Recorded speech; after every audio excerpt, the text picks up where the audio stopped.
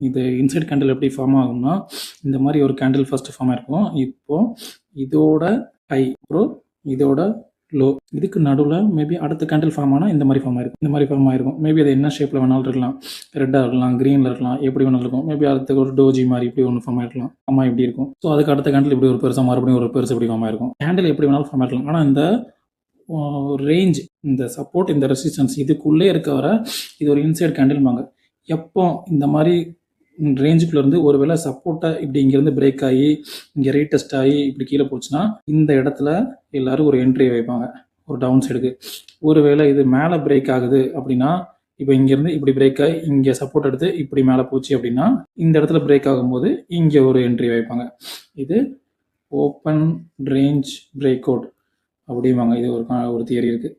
இந்த மாதிரி ஒரு ஸ்ட்ராட்டஜி இந்த மாதிரி நிறைய பேர் பண்ணாங்க. பட் ஆனால் இது நிறைய டைம் ஒர்க் ஆகுமான்னு கேட்டிங்கன்னா நிறைய டைம் இது ஒர்க் ஆகாது. ஃபெயிலியரில் போய் நிற்கும். ஸ்டாப் லாஸ் ஹண்ட் ஆயிரும், இல்லைனா அதுவே ஒரு ஃபேக் கேண்டில் மாதிரி ஆகிடும்.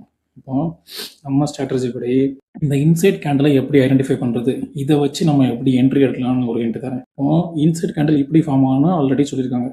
பட் ஆனால் இந்த ப்ராப்பராகவே இந்த கேண்டிலை எப்படி ஃபார்ம் பண்ணுவாங்க, இது எப்படி நடக்கும் அப்படின்றத பார்த்தீங்கன்னா, இப்போ மேபி எக்ஸாம்பிளுக்கு இப்படி ஒரு கேண்டில் இருக்குன்னு வைங்களேன். சும்மா ஏதாவது ஒரு